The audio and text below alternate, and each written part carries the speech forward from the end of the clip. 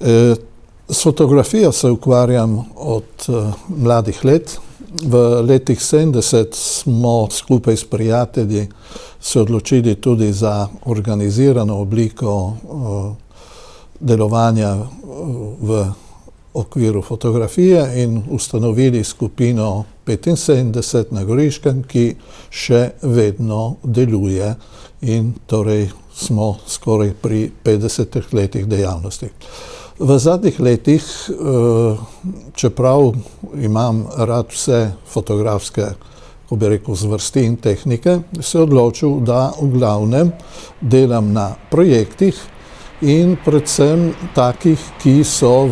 nekje v povezavi z našo realnostjo. Med raznimi projekti sem se lani odločil, da bom predstavil tematiko pustnih mask in sicer v enem našem okolju, ki gre tja od Karnije pa tja do Brkinov. In današnja razstava je prav, ko bi rekel, osredotočena na to problematiko in želi prikazati vezi, ki potekajo med vasmi iz Karnije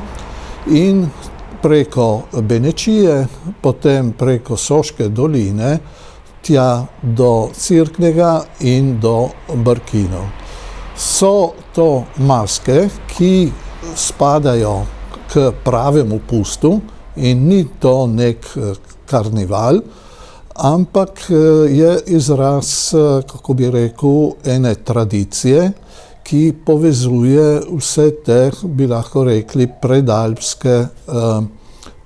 predalpsko področje in želi nekje pokazati navade ljudske, ki se prenašajo iz, bi lahko rekel, iz stoletij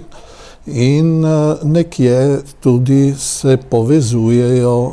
ljudstva, ki živijo na tem območju. Torej, značilnosti teh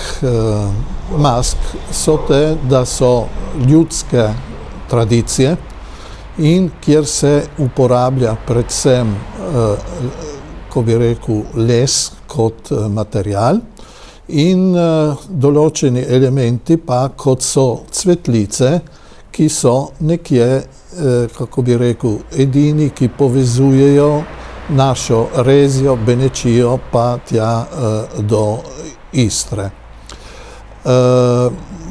Nekje tradicije so bile, ko bi rekel, zamrznjene in so jih nekje obnovili v zadnjih letih, kot je na primer lik nad kanalom,